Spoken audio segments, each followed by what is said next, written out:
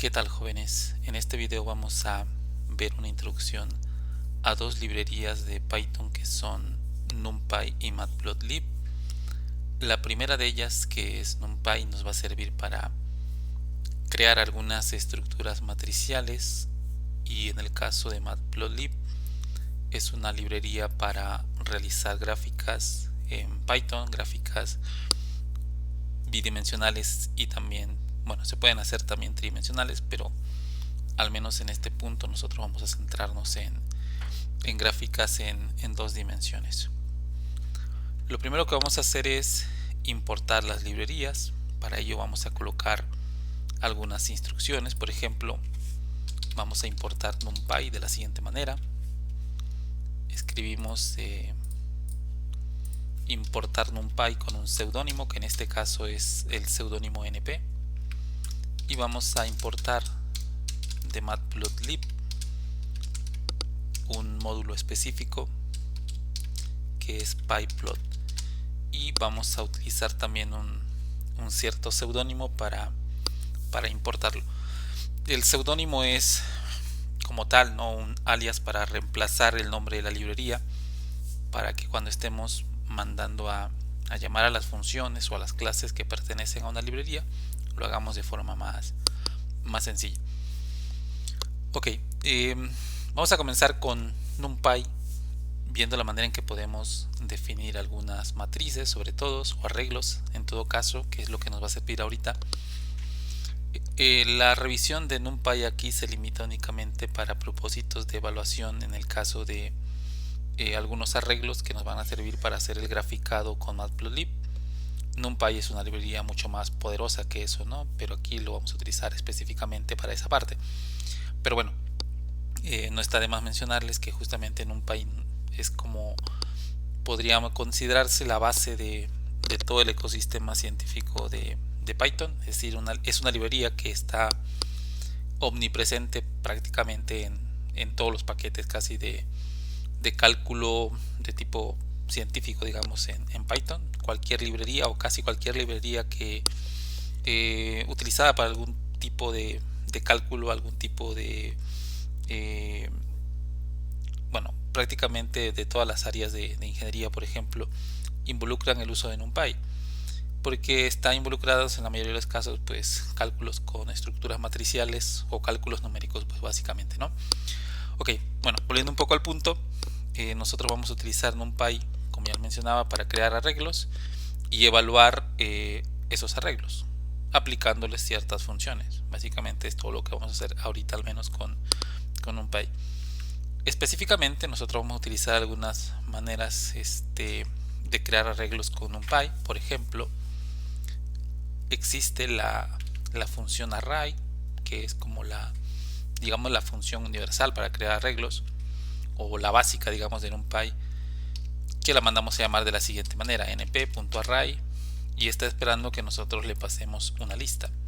Por ejemplo, si yo le paso una lista, bueno, si se dan cuenta ahorita la mandé a llamar sin argumentos, evidentemente me manda un error. Está esperando que le pase al menos una lista, por ejemplo 1, 2, 3, y en ese momento me crea ese arreglo, un arreglo numérico que tiene esos tres numeritos, 1, 2 y 3.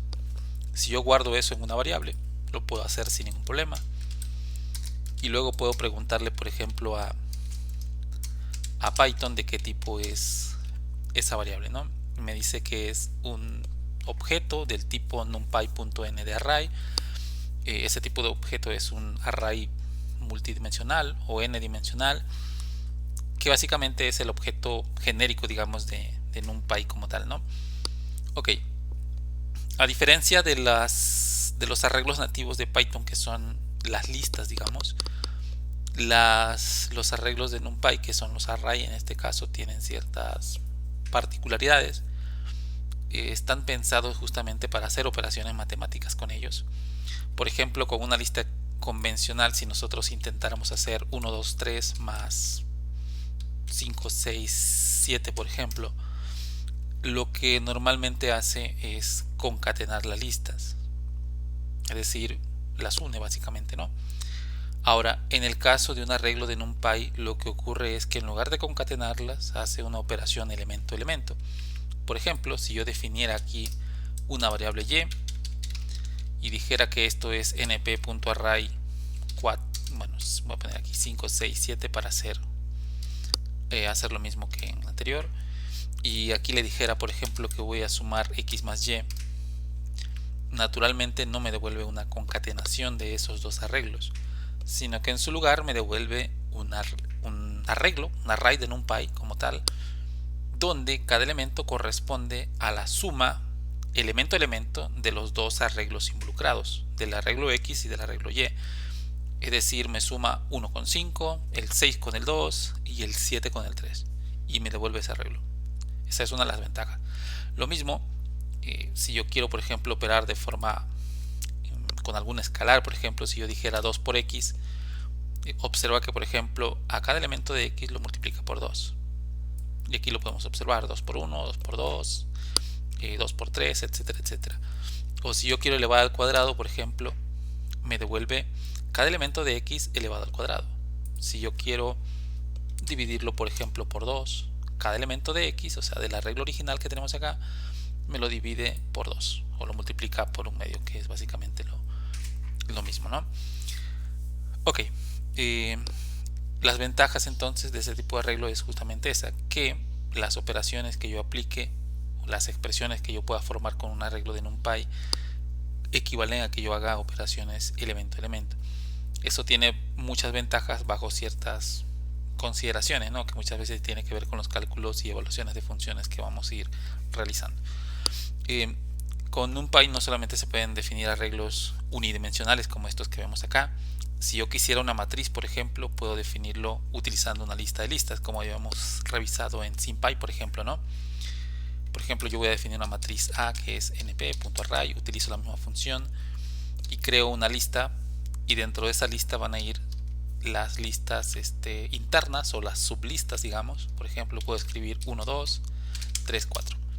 Y en ese caso tengo una matriz A de 2 por 2, al menos en este momento, ¿no? Si yo quisiera agregar alguna otra fila, pues simplemente agrego otra lista, 5, 6 por ejemplo, y tengo mi matriz A. Y nuevamente con esa matriz yo puedo hacer también operaciones. Puedo calcularles su determinante, puedo calcular inversa y bueno, un montón de cosas también. Similar a lo que hacíamos con la estructura matricial en SymPy, con algunas diferencias que por ahí, si entran un poco a revisar lo que es NumPy, van a ustedes a notar rápidamente. Hay algunas funciones o métodos que no están disponibles como en SymPy, por ejemplo, sino que tenemos que importar alguna otra herramienta, pero al final de cuentas se puede calcular sin mucho problema. Van a notar que, por ejemplo, también la multiplicación matricial muchas veces no es como en SymPy, o las operaciones como tal. Hay que tener un poquito de cuidado nada más con esa parte. Ok, ahora para lo que nosotros vamos a utilizar entonces los arreglos de NumPy, ya lo hemos mencionado, es para evaluar funciones o para crear un intervalo sobre el cual vamos a evaluar una función, y para ello nosotros habitualmente vamos a utilizar arreglos unidimensionales. Por ejemplo, yo voy a crear una lista X que tiene los numeritos del 0 al 10, por ejemplo, 0, 1, 2, 3, 4, 5, 6, 7, 8, 9 y el 10. De esa manera. Esa es un arreglo X, un array X, y luego voy a crear un arreglo X que resulte de a cada elemento de X lo elevo al cuadrado, y yo tengo dos arreglos, un arreglo X y un arreglo Y. Si yo los quisiera mostrar, por ejemplo, puedo decir voy a mostrar X por acá y voy a mostrar Y por acá, y podemos observar que cada elemento de X en el arreglo Y es cada elemento elevado al cuadrado, básicamente, ¿no? Es como aplicar, bueno, no es como, sino es aplicar una expresión, una función a un arreglo. Y básicamente lo que nosotros podemos hacer con un arreglo unidimensional de NumPy es justamente eso. Naturalmente, si nosotros quisiéramos evaluar en más puntos intermedios, por ejemplo, a lo mejor me interesa también punto 5, 1.5, 2.5, etcétera, etcétera, tendría que crear esos puntos sobre los cuales voy a evaluar. Naturalmente, hacer eso a mano, sobre todo si fueran una cantidad de numeritos considerable, no es tan cómodo, vamos a decirlo, porque tendría que ingresar manualmente cada valor. Para ello, NumPy nos proporciona ciertas funciones que nos pueden hacer esta tarea de forma un poco más sencilla. Una función que podemos utilizar para crear arreglos de valores en un cierto intervalo es una función que se llama linspace, y la vamos a utilizar si ustedes han trabajado con MATLAB, que lo más seguro es que sí. Prácticamente linspace aquí en NumPy es muy similar a lo que es linspace en MATLAB. Nos crea un arreglo de valores entre el primer valor que yo le pase y el segundo, o lo que es lo mismo entre el primer y el segundo argumento. Es decir, una lista de valores entre 0 y 10, linealmente equiespaciados, o sea, la misma distancia entre cada numerito consecutivo.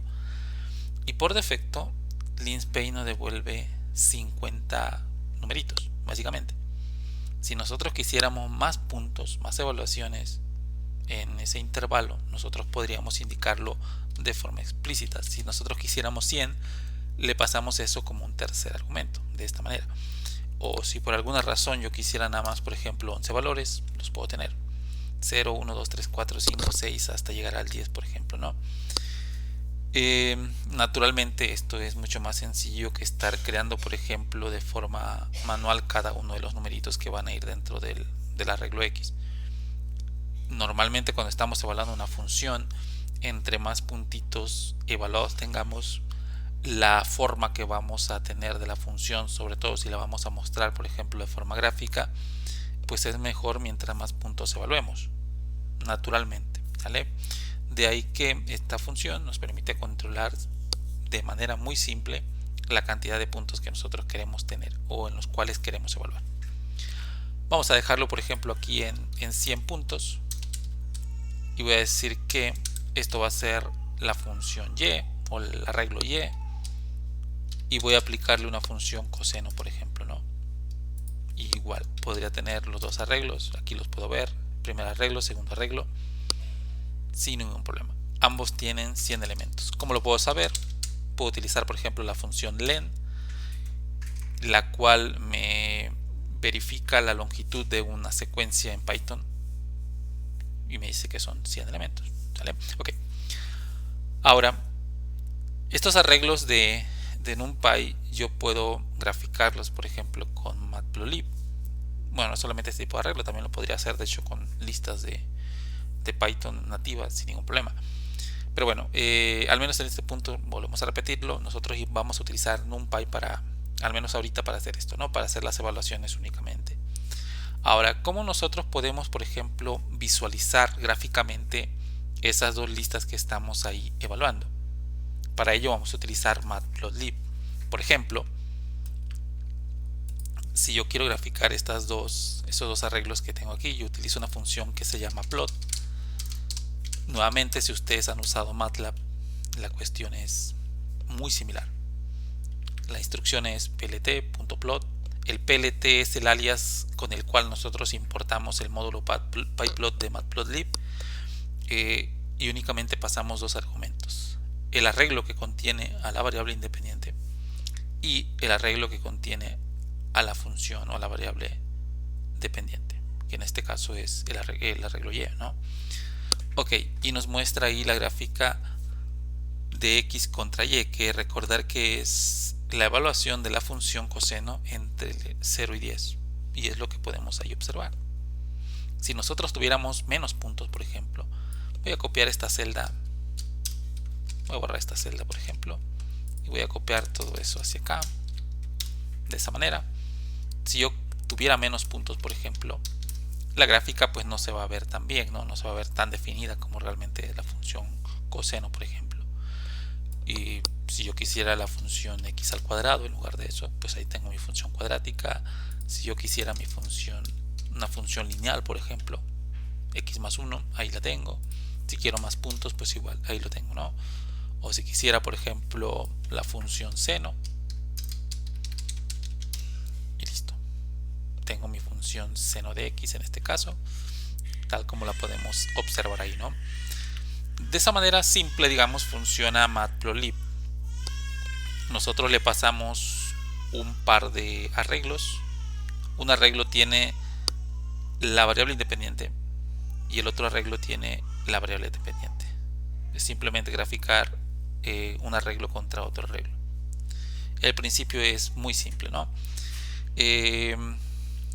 Ahora nosotros podemos controlar ciertas características, como se hace también en MATLAB. Por ejemplo, nosotros podríamos decirle que yo quiero un estilo de línea discontinuo, por ejemplo, tal y como pueden observar ahí, o que yo quiero un color rojo, por ejemplo. Pueden hacerlo con color y colocarle una R, que es el acortador, digamos, para colocar un color rojo, o si quiero un ancho de línea un poco mayor, con LW, que es line width, por ejemplo 5, ¿no?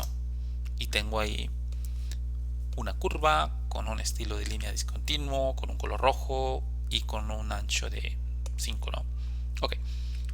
Puedo modificar, por ejemplo, muchas otras propiedades, colocarle algunas etiquetas. Por ejemplo, voy a colocar aquí plt.xlabel y decirle que voy a colocarle como etiqueta en el eje X. Voy a colocarle tiempo, por ejemplo, de esa manera. Voy a utilizar etiqueta para el eje vertical con algo similar, que es glabel. Y voy a poner, por ejemplo, acá una amplitud, por decir algo, ¿no? Y voy a suponerlo de esa manera. Y podemos observar ahí que ya tenemos una etiqueta. Puedo colocarle una rejilla, por ejemplo, con grid. De esa manera. Tengo una rejilla. Esa rejilla también puedo controlar el estilo, por ejemplo, de la rejilla, el color, etcétera, etcétera. Al igual que lo hago con la curva de la gráfica que estoy trazando ahí. De manera similar a como se hace con MATLAB. Si ustedes están familiarizados con MATLAB, esto realmente no debería ser complicado ni mucho menos, ¿no? Es bastante similar la sintaxis que se utiliza acá, con la diferencia de que hay que anteponer, por ejemplo, en las instrucciones el PLT, que es la manera de hacer referencia al módulo o a la librería del cual nosotros estamos importando cada una de esas funciones, ¿no? Podemos graficar más de una curva. Por ejemplo, si yo tuviera acá otra función que voy a llamar z, esta función z va a ser la función coseno de x. Podría yo graficar algo por acá, x contra z, evidentemente. Voy a colocarla en un color azul y voy a dejarla con el estilo de línea por default, que es continua. Voy a cambiarle el ancho de línea por defecto y lo tenemos ahí, ¿no? Una de las curvas es la función seno, la otra es la función coseno. Yo puedo etiquetarlas también. Hay una propiedad que me permite hacer eso, que es como tal label, ¿no? La etiqueta, y decir que esto es la función. Bueno, la primera era la función seno de x, por ejemplo, y lo mismo puedo decirle acá, ¿no? Label es coseno de x, y utilizar al final una instrucción que es legend para indicar que voy a colocar esas etiquetas. Y podemos observar que aquí en la parte inferior izquierda, en este caso, me está colocando el nombrecito, digamos, de cada una de las curvas. Me indica que la función seno es la que está de color rojo, y la que está en color azul pues es la función coseno, ¿sale? Una manera muy simple de identificar, por ejemplo, las curvas cuando nosotros tenemos muchas de ellas. Hay momentos en que a lo mejor vamos a tener en una misma ventanita, en una misma gráfica como tal, vamos a tener varias curvas, y es bueno poder identificarlas. Una manera simple de hacerlo es con estas instrucciones, lo cual se hace, pues, como ven, de manera pues relativamente simple, ¿no? Muy bien. Bueno, eso es algo de lo que podemos hacer nosotros con Matplotlib. A partir de un arreglo, un conjunto de arreglos, nosotros graficar con la función plot. Estas funciones nos sirven para etiquetar los ejes, colocar rejillas y en este caso colocar la identificación de las curvas que nosotros estamos graficando. Ahora, la función plot no solamente trabaja o funciona bien con arreglos de NumPy, podemos utilizar también listas convencionales de Python sin ningún problema.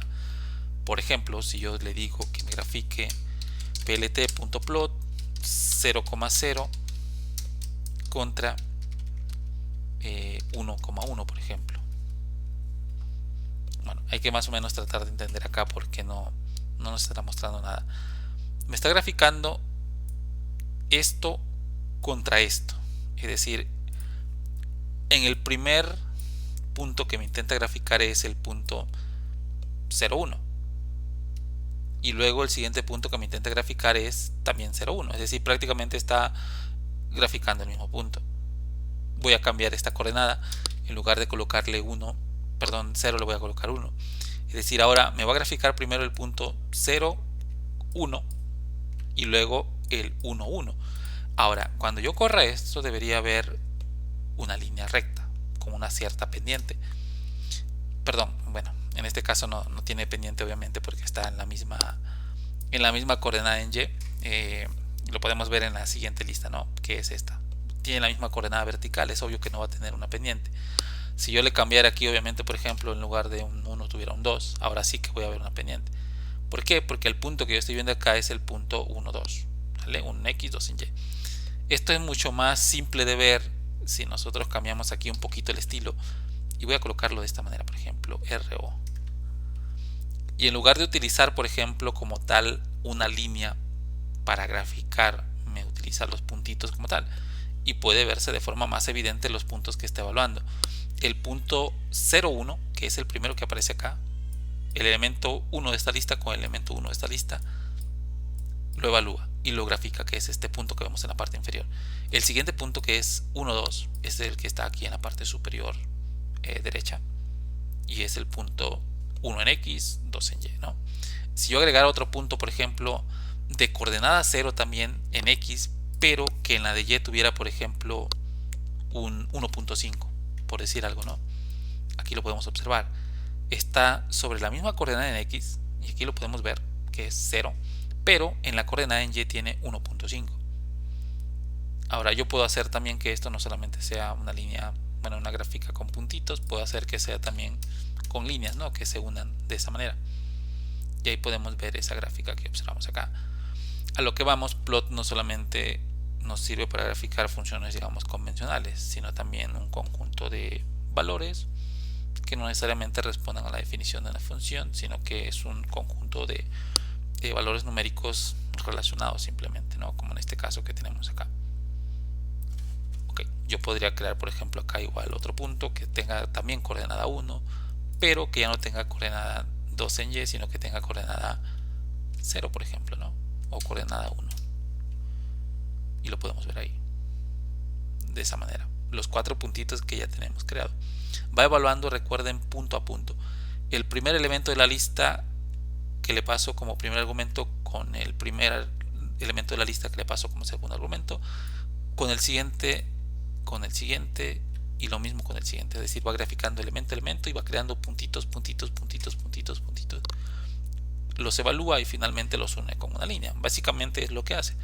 Obviamente en las funciones, entre más puntitos tenemos, pues se va a ver mejor definida. Es como acá, por ejemplo, yo le podría cambiar el estilo acá. Bueno, voy a quitar, por ejemplo, esto y voy a escribir una instrucción un poco más simple. Le voy a decir que sea de esa manera. Y vean, prácticamente aquí no se alcanza a apreciar que se está utilizando un circulito para hacer los puntos en los cuales se está evaluando, porque bueno, con este ancho de línea es mucho más complicado todavía de verlo, ¿no? Ahí se puede apreciar un poquito mejor, pero bueno, los puntos están un poco tan seguidos, o están bastante tan seguidos, que ni siquiera se alcanza a distinguir en dónde están algunos puntos. Imagínense, si colocáramos 1000 puntos, la cuestión sería prácticamente imposible de ver. Ahí no se alcanzan a ver, de hecho, ya los puntos, o se alcanzan a distinguir los circulitos, por ejemplo. Si yo escribiera menos, por ejemplo 50, sería un poco más visible. Observan los puntos acá, esos puntos los va uniendo con una línea. Básicamente es lo único que está haciendo, ¿no? Evalúa punto a punto y lo demás lo une con las líneas que tenemos ahí. Prácticamente es lo que está ocurriendo. Y lo mismo es acá.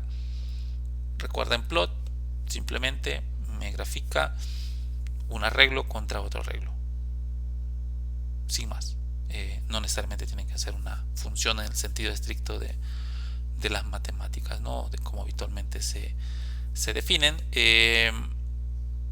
Esto nos puede servir, por ejemplo, para graficar las posiciones, o al menos mostrar el esquemático de las posiciones de un manipulador, por ejemplo. Si yo sé la posición en la cual están ciertos puntos de un manipulador, yo los puedo graficar sin ningún problema, sin mucha bronca, ¿no? Por ejemplo, voy a por ahí en los apuntes que les había compartido,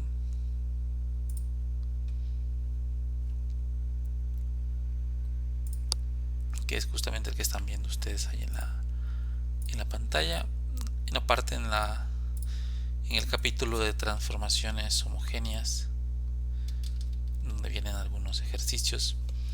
Y bueno, vamos a referirnos particularmente a este ejercicio. Tenemos un triangulito que tiene ciertas coordenadas ahí definidas, por ejemplo, ciertos puntos, mejor dicho, el punto A, B y C en un sistema de referencia que son el sistema 1, por ejemplo. Siempre van a ser estos 0, 0, 0, 4, 0, 0 y 0, 3, 0, por ejemplo. Nosotros podríamos graficar ese triangulito sin ningún problema. Por ejemplo, nosotros podríamos decir, si nos vamos acá, esta parte, que tendríamos un punto A, un punto B y un punto C, ¿no? Y que sería eso lo que vamos a graficar. Una manera de hacerlo sería creando por separado los puntos, ¿no? Por ejemplo, yo diría que el punto A es coordenada 0, 0 y vamos a utilizar únicamente las primeras dos coordenadas o las dos componentes, que serían la del plano XY. La de Z pues siempre va a ser 0, realmente aquí no nos interesa, al menos en este punto. El punto A sería 0, 0, entonces el punto B, por ejemplo, sería 4, 0 y el punto C sería 0, 3. Si yo quisiera graficarlos, por ejemplo, diría plt.plot una lista de X contra una lista de Y. En las X voy a graficar las primeras componentes o el primer elemento de cada una de estas tuplas que yo tengo ahí. Cuando definimos arreglos entre paréntesis en Python, esos son tuplas. Son similares a una lista, salvo algunas consideraciones de que si no van a cambiar los elementos, pues normalmente suelen ser un poquito más eficientes que la lista. Por ejemplo, voy a graficar entonces el primer elemento de A, el primer elemento de B y el primer elemento de C, es decir, las componentes en X de cada una de ellas. Y lo mismo o algo muy similar en el otro caso, ¿no? El segundo elemento de A, el segundo elemento de B y el segundo elemento de C. Recordar que Python es un lenguaje con índice basado en 0, es decir, el primer índice corresponde, el primer elemento, mejor dicho, corresponde al índice 0, el segundo elemento corresponde al índice 1 y así de manera sucesiva. Observemos lo que ocurre. Vemos más o menos ahí la posición de ese triangulito. Comienza acá, comenzamos acá y podríamos cerrar, por ejemplo, igual podría hacerse, ¿no? Otra vez con A para que regrese al punto, digamos, original, por decirlo de alguna manera, y tendríamos ya cerrado nuestro triangulito de esa manera, sin ningún problema, ¿no? Ahora, igual podríamos, por ejemplo, ya entrando un poquito en la cuestión de las transformaciones homogéneas, a lo mejor nosotros podríamos hacer las operaciones sobre esos puntos y ver cómo se vería ese triangulito, por ejemplo, si lo rotamos un poquito. Pero bueno, eso sería ya entrar un poco en la parte de transformaciones homogéneas. Vamos a tratar de hacer algo rapidito. Por ejemplo, vamos a cambiar un poco nada más aquí la definición. Para que pudiera ser esto sencillo, pues tendríamos que definirlos como vectores para poder operar sobre ellos. Es decir, para esto vamos a cambiar esto que tenemos acá a un arreglo de NumPy, np.array, y vamos a hacer que estos sean pues el vector en coordenadas homogéneas de esta manera. np.array, por ejemplo, aquí era 4001, que es, bueno, ahora sí como tal lo que tenemos acá, ¿no? Y aquí sería np.array 0301 y listo. Obviamente esto va a seguir funcionando porque nos estamos refiriendo a los mismos índices que tenemos acá. Y vamos a, por ejemplo, a crear una matriz de transformación que la vamos a llamar H. Esa matriz H va a ser un array de NumPy, que en este caso es una matriz de transformación homogénea. Voy a borrar esto tantito, donde la primera fila va a ser 1, 0, 0, 100, por ejemplo. Bueno, voy a dar algo menos drástico, digamos. la segunda va a ser 0, 1, 0, 0, la siguiente va a ser 0, 0, 1, 0 y la siguiente va a ser 0, 0, 1. Bueno, seguramente ustedes ya se dieron cuenta que esa matriz de transformación homogénea H corresponde a una matriz de traslación en la dirección de X, una cantidad de 10 unidades. Es decir, prácticamente lo que está haciendo es trasladar 10 unidades en X, nada más, ¿vale? Ahora, por ejemplo, aquí estoy graficando una primera vez, voy a graficar aquí una segunda vez y lo único que voy a hacer es que aquí voy a crear otros puntos que le voy a llamar A, voy a llamarles A1 o AT para indicar que son un punto A ya transformado, por ejemplo, y el punto A transformado va a ser simplemente el producto de H. Bueno, regreso acá, la multiplicación de H por el vector A, y algo similar con el caso de B. El B transformado va a ser H multiplicado por B y el C transformado va a ser H multiplicado por C. Y aquí voy a cambiar, esto va a ser A transformado en lugar de ser simplemente A. Aquí va a ser B transformado, el punto C transformado, el punto A transformado, C transformado y A transformado. Y observen, por ejemplo, lo que ocurre, ¿no? Tenemos los dos triangulitos, el primero, el original, digamos, que tenemos acá, y el que resulta después de hacer una traslación en X. Voy a hacer una traslación en Y, aquí las voy a juntar, por ejemplo, de 5 unidades. Y puedes observar, trasladé en X y trasladé en Y, 10 unidades en X y 5 en Y. Y lo podemos observar ahí los dos triangulitos, ¿no? De esa manera. Ok, volviendo un poco a esta parte, a lo mejor te estarás preguntando ahorita con ese arroba qué onda, ¿no? De para qué nos sirve. Ese arroba es un operador de Python que nos sirve para realizar multiplicaciones matriciales. En este caso, en NumPy tiene ese detalle de que si yo utilizo el símbolo o el operador asterisco, no me realiza como tal una multiplicación matricial, sino que me intenta realizar una operación elemento-elemento. Y aquí yo no quiero que me realice una operación elemento-elemento. Yo quiero que me haga una multiplicación entre dos matrices, aunque realmente una de ellas es una matriz como tal y el otro es un vector columna. Pero bueno, sigue siendo una operación matricial, ¿no? Y lo que yo quiero es eso, que me haga una operación matricial. Por eso utilizamos ese operador arroba. Muy bien. Ahora podemos entonces ya ver que efectivamente se está observando la versión transformada, digamos, del triángulo que tenemos inicialmente. Si queremos ver un poco más una proporción un poco mejor, porque aquí se ve un poco más alargado de un lado que de otro, podemos utilizar una instrucción que es axis y decirle que los quiero iguales de esa manera, por ejemplo. Ahí la proporción se va a ver un poco mejor, o si quieren verlo también hay otra opción que es square, de esta manera, donde los ejes quedan cuadraditos, digamos, de esa manera. La proporción ahí se suele ver un poquito mejor, ¿no? Como se puede apreciar en ese momento. Ok, yo puedo rotar un poquito, por ejemplo. Recordar que la matriz de rotación, por ejemplo, en Z, que sería la rotación en el plano, aquí yo tendría la función de coseno de 90 grados. Si yo rotara 90 grados, por ejemplo, el coseno de 90 pues es 0, seno de 90 es 1. Aquí tendría el coseno de 90 que sería siendo 0, aquí sería menos 1 porque sería menos el seno de 90. Me quedaría algo así, ¿no? Y esto equivale a una matriz de rotación, una matriz de transformación homogénea que podría ser, por ejemplo, traslado en X, traslado en Y y luego roto en Z, 90 grados. Y es lo que pueden observar aquí, lo que ocurre, ¿no? Traslado en X, 10 unidades, traslado en Y, 5 unidades. Y finalmente roto en Z, 90 grados.